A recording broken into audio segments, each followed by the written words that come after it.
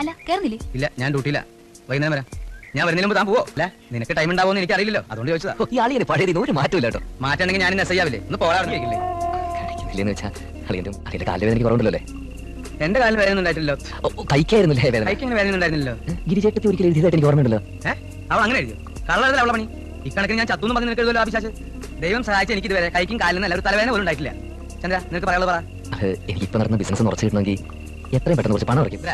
പുല്ലാനിപ്പാടത്തിന്റെ കരയിൽ 2 ഏക്കർ വസ്തു കിടപ്പുണ്ട്. അത് ഭാഗം വെച്ച് നിന്റെ ഓഹരി വിറ്റ് നിനക്ക് സിറ്റിയിൽ ബിസിനസ് ഉറപ്പിക്കണം അല്ലേ? എനിക്കറിയാം, 20 കൊല്ലായി തൊപ്പി തലയിലേറ്റിട്ട് നിന്റെ അച്ഛനെ അങ്ങേർക്ക് പറ്റാവുന്നിടത്തോളൊക്കെ വിറ്റ് തുറച്ചിട്ട് അങ്ങ് പോയത്. ആ വസ്തു ഞാൻ തൽക്കാലം ഭാഗം വെക്കുന്നില്ല. നിനക്ക് അവിടെ വീട് വെക്കുകയോ അതിന്റെ ആദായം എടുക്കുകയോ എന്ത് വേണമെങ്കിലും ചെയ്തോളൂ. തൽക്കാലം ഞാൻ അത് വെക്കുന്നില്ല. അത് തന്നെ. അരക്കുപ്പി റമ്മ കൊണ്ടുവന്ന് പോലീസുകാരനെ ഫിറ്റാക്കാൻ നോക്കുക.